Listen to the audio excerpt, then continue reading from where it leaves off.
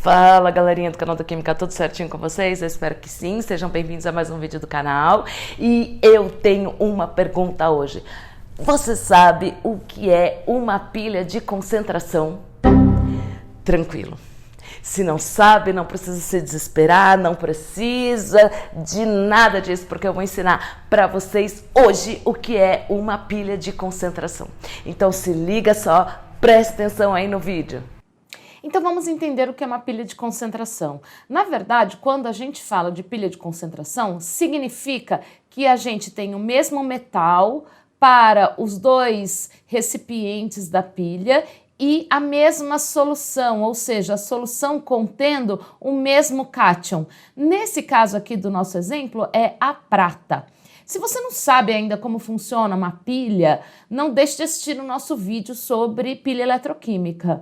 Porém, se você já sabe como é o funcionamento de uma pilha, então fica fácil de entender como funciona uma pilha de concentração. A princípio, não dá para a gente saber como funciona, porque se a gente pensa, olha, eu tenho o mesmo elemento, ou seja, o metal oxidando e o mesmo íon virando metal. O que você imagina? Bom, o potencial de redução da prata é mais 0,80, enquanto o potencial de oxidação da prata fica menos 0,80, porque sinais invertidos, certo? Ou se a gente pegar os dois potenciais de redução, são iguais. E se a gente calcular a diferença entre os potenciais, vai dar zero, porque ele possui exatamente o mesmo potencial padrão. Mas vamos lembrar, o que está em condição padrão significa que tem uma solução de 1 mol por litro, pressão de 1 bar e temperatura de 25 graus Celsius, ou seja, 298,15 Kelvin. Muito bem, só que nesse caso, mesmo que eu mantenha a temperatura de 298,15 Kelvin e uma pressão de 1 bar, veja só, eu tenho aqui concentrações diferentes. Eu não tenho uma solução de 1 mol por litro, que é o que significa estar na concentração padrão. Se a concentração das soluções, ela é diferente de 1 mol por litro, significa que eu já não posso mais usar esse potencial padrão. Vamos entender mais um pouquinho sobre isso? Então, a pilha de concentração, ela só funciona porque ela possui uma diferença entre as concentrações das soluções. Veja que aqui eu tenho uma concentração de 0,5 mol, enquanto aqui eu tenho uma concentração, mesmo sendo o mesmo íon, né, uma concentração de 0,1 mol por litro.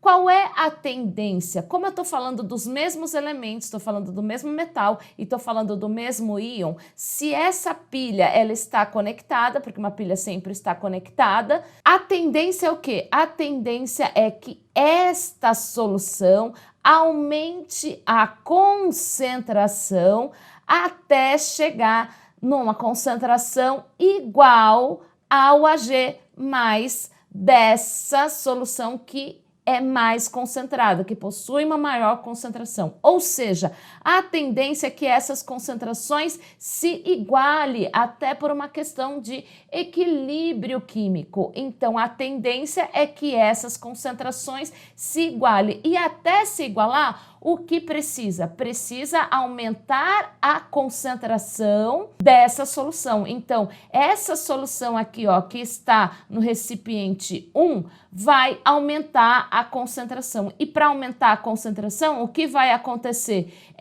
Esse metal vai sofrer oxidação para que aumente a concentração de Ag+. Enquanto essa concentração do recipiente 2 tende a diminuir a concentração. Como vai diminuir? O que é íon? Então, o Ag+ aqui tende a ganhar elétrons, e ganhar elétrons de onde? Desse recipiente de número 1.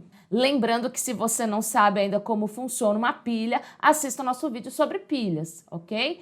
E aqui, esse Ag+, então, tende a ganhar elétrons e a virar Ag0. Ou seja, o lado da pilha com a solução mais diluída, que é nesse nosso caso aqui a de 0,1, ela oxida. E o lado da pilha com solução concentrada sofre redução, que nesse nosso caso é o recipiente de número 2. E aí, gente, até agora tudo certinho? Eu espero que sim. A dica que eu dou para vocês, para que vocês resolvam situações envolvendo pilha de concentração é a seguinte. Primeiro, monte como se você estivesse na condição padrão. E depois a gente vai analisar e vai aplicar Nernst. Por que aplicar a equação de Nernst?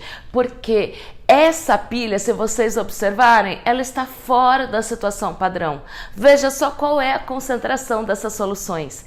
E sempre que a concentração da solução for diferente de 1 mol por litro, significa que está fora da condição padrão. E se está fora da condição padrão, eu preciso aplicar a equação de Nernst. Então, vamos lá aplicar essa equação. Mas antes, gente, não esquece, aproveita a pausa aí que se você estiver aprendendo, se estiver curtindo, não esquece. Dá um like, se inscreve no canal, ativa o sininho da notificação para você ficar sabendo dos próximos vídeos. Sobre eletroquímica e sobre outros temas também. Tá joia? Vai lá, gente, presta atenção aí no resto do vídeo. Então, vamos aplicar aqui essa equação de Nernst. Vamos observar como funciona. Lembrando, se você ainda não ouviu falar dessa equação de Nernst, assista ao nosso vídeo onde a gente faz uma aplicação dessa equação. Mas é uma equação onde a gente aplica caso esteja a pilha ou o processo eletroquímico fora da situação padrão. E nesse caso, está fora da situação padrão, porque as soluções possuem concentrações diferentes de 1 mol por litro. Se a gente resolver isso daqui como se fosse uma situação padrão, a gente encontra uma diferença de potencial de 0, certo? Uma diferença de potencial padrão de 0. Então, é por isso que a gente precisa agir como se fosse uma situação padrão, porque eu vou precisar desse valor. Mas no caso da pilha de concentração, eu estou falando dos mesmos elementos, então esse ΔE padrão sempre vai dar 0. Então, aqui eu vou ter 0, que vai ser a diferença de potencial padrão, menos o R, que é a constante dos gases, 8,314 Joule por Kelvin mol. Como está em Kelvin, essa temperatura tem que ser em Kelvin também. Então, se não está dando a temperatura, eu vou utilizar a padrão, que é 298,15, sobre o número de elétrons envolvidos, e aqui ó, a gente tem um elétron, porque a prata quando oxida perde um elétron, e o íon prata quando sofre redução, ele ganha um elétron para virar o metal prata, certo? Então aqui eu tenho 1 mol de elétrons envolvido, vezes a constante de Faraday. A constante de Faraday é 96485 Coulomb por mol. Vezes o ln de Q. Lembra que aqui é a lei das massas. E como é que eu faço isso? É o quociente da minha reação. Eu vou colocar aqui embaixo. Isso significa que eu tenho a concentração dos produtos elevado ao número de mol sobre a concentração dos reagentes. Eu coloquei aqui com corzinha diferente para que a gente consiga identificar qual é qual aqui, qual recipiente que representa a oxidação ou a redução. Veja aqui, como a gente viu, esse primeiro recipiente, a fim de aumentar os íons prata, ele vai sofrer oxidação, é ele que vai oxidar. Então, esse daqui, ó, que está em amarelinho, representa o recipiente de número 1. Enquanto esse Ag+, aqui, que sofre redução, ele representa o recipiente de número 2. Por quê? Porque aqui a prata vai receber elétrons e vai virar prata metálica, a fim do quê? A fim de diminuir essa concentração. Então, veja, aqui O que está representando a reação de oxidação é esse Ag0, e aqui ele está perdendo um elétron. Agora, então aqui nos produtos, a única coisa que vai entrar vai ser a concentração referente à reação que oxida. Por quê? Porque quando eu falo de quociente de reação, não entra a parte sólida, então não vai entrar nem esse Ag sólido dos reagentes, nem esse Ag, que é a prata, o metal prata, localizado aqui no produto.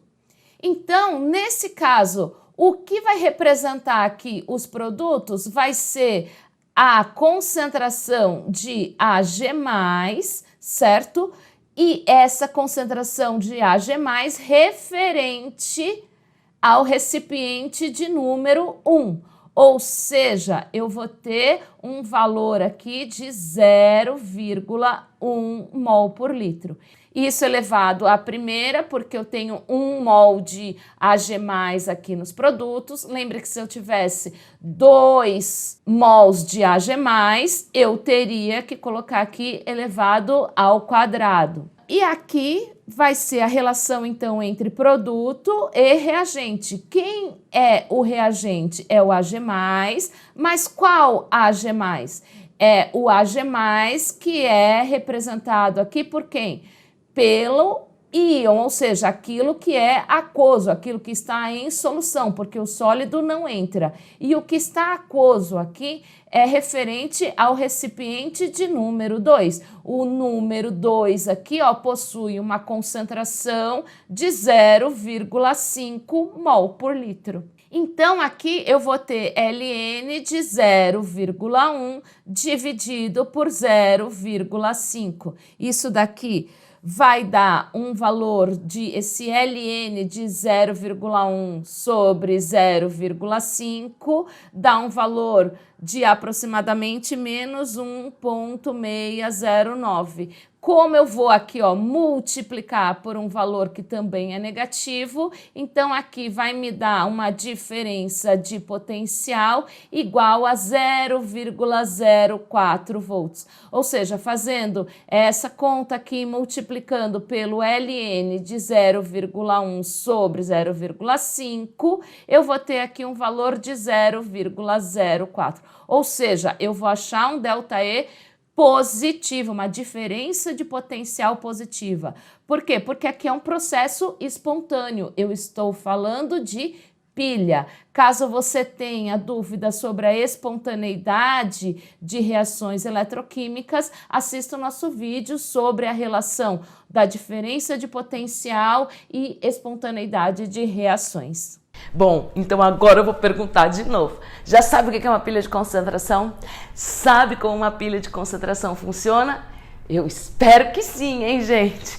E olha só, eu espero que esse canal realmente esteja ajudando vocês aí naquilo que vocês precisam ou desenvolvendo conhecimento sobre química. Belezinha? Até o nosso próximo vídeo.